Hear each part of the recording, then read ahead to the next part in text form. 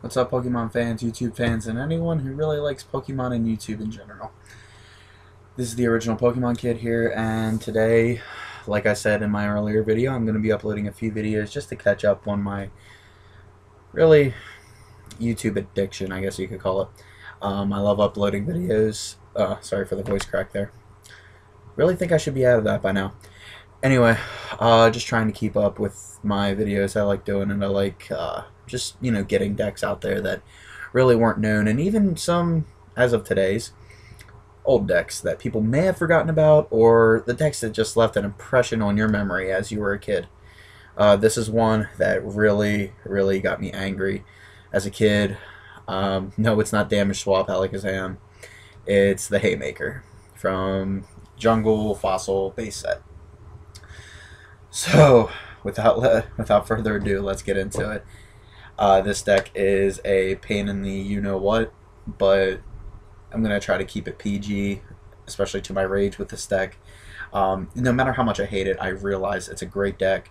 I think I played it in one of the videos that I uploaded against Shane Duckworth. Great opponent, by the way. I know I played the Clefable deck with the Metronome, which is a broken card in general. But yeah, I'll probably review Damage Swap next. And I will also have a video, as many, I guess, of you could know, I do professional wrestling on the side. I am a professional wrestler for Valor Pro Wrestling in Red Lion, PA. And I'm currently in a tag team with my father, who's a 20-year veteran. We go under the sickness. We wear the face paint and everything, and we kind of look like a Sting mixed with Undertaker type thing. But I actually have a big background story. Excuse me. Sorry about that.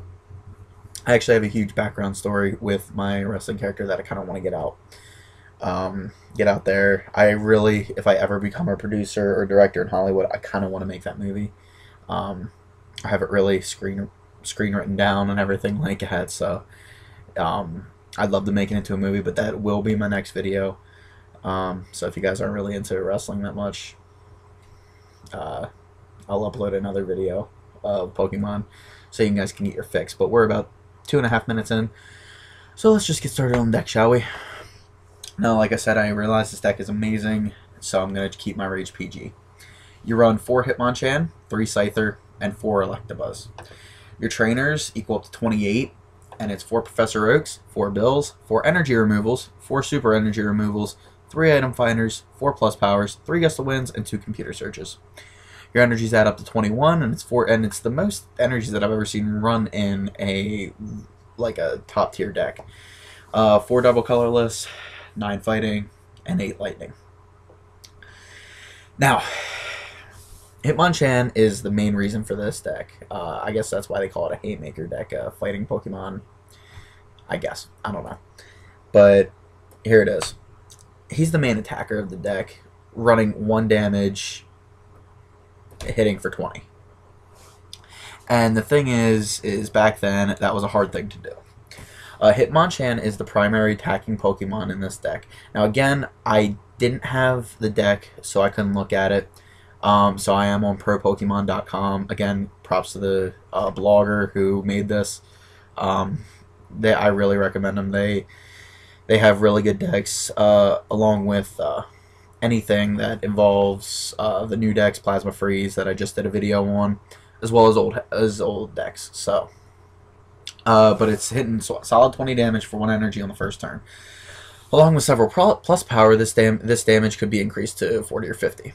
Remember, a stage 2 Pokemon like Blastoise only had 100 HP back in the day, so it wasn't that hard to it's not that hard to knock out now, but back then it was. While Scyther can't use Swords Dance since the deck isn't going to run any grass energies, he can still hit for 30 damage for basically 2 energies, which would be the double colorless and a fighting or a lightning.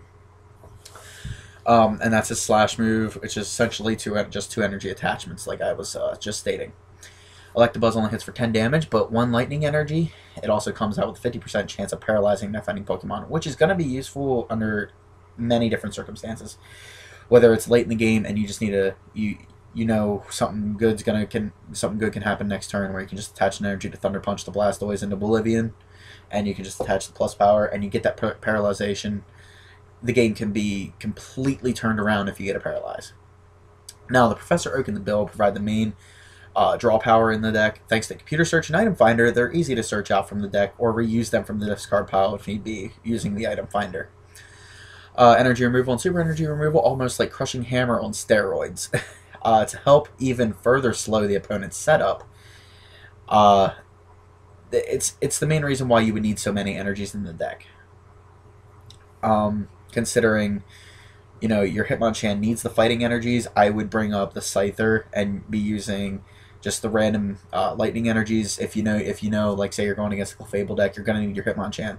So you're going to want to save the fighting energies. So you can just bring up your Electabuzz to paralyze them or something like that, just so you can use those super energy removals to get rid of those energies. That's the reason there's so many energies in the deck list. The energy removal, if you don't know what it does, allows you to remove one energy from any Pokemon. No coin flip required. And super energy removal, you discard one energy attached to one of your own Pokemon in order to choose one of your opponent's Pokemon and up to 2 energy cards attached to it. Discard those energy cards. No coin flip again required. These cards are what made me rage half the time, where I would literally just throw my cards down, and I didn't know what scoop meant at the time, so I would just say I quit. But then again, I was like 8 or 9, and I've grown since then. I know how to counter a lot of things. So now the 4+ powers are going to be, or can be used with Hitmonchan, or I've found them very useful with Electabuzz. Scyther not so much, because you use all 4+ powers at 70 damage. That's a nice hit. You can knock Blastoise out in 2 turns, but that Hydro Pump's going to knock you out way before that. So they can be reused with the Item Finder. Item Finder is a really good thing in this deck, all depending on your situation. If you know you can knock him out, use the Item Finder to bring the plus powers back, win the game. If you need some stalling time, Item Finder, energy removal, super energy removal, stall him out. Simple enough. Or if you just need a new hand, Professor Oak or Bill. Most basic Pokemon, which went on to evolve, only had around 40 HP, including like Clefairy.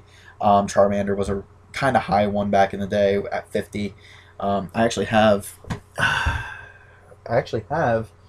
I can find them quick, a lot of the old cards. I got them. That's my change jar. I actually found them in this kid's box, and he didn't want them, which I don't know why, but yeah, Charmander was running 50 HP at the time. I don't know if you can see it. Yeah, but he was running 50 HP. Let me just see if I can. Yeah, 50 HP for 30 on Ember. Cubone was running 40, which he would evolve into Marowak, which I think ran 80.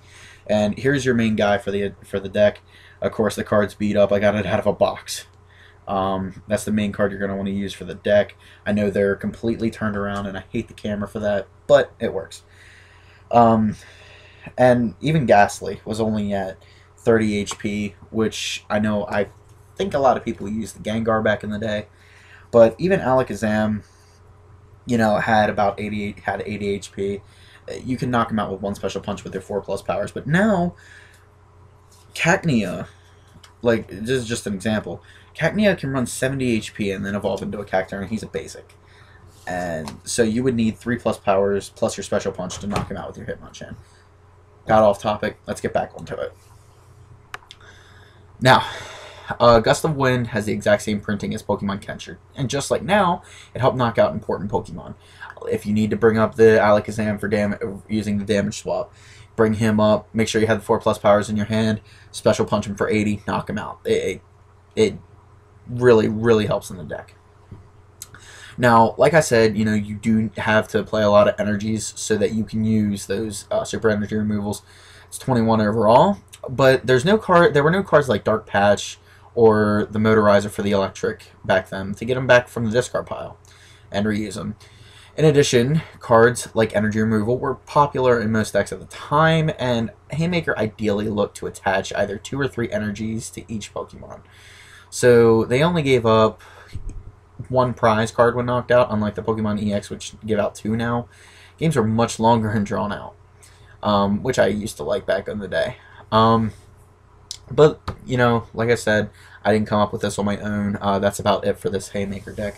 I didn't come up with this on my own. I didn't even know how to play competitively back then. But again, this video just hit 10 minutes. I'm going to try to cut these videos down a little bit. But that's thanks to ProPokemon.com. Again, they have some really good deck lists on there. If you're looking to play competitively, I recommend that site to go to. I really don't have the site owner's permission to say that, but that's just out of my personal reference. So that's about it. I think the next video is going to be Rain Dance or Damage Swap, so look out for that. That's going to be after my wrestling storyline. So that about wraps it up for today. I'll see you later.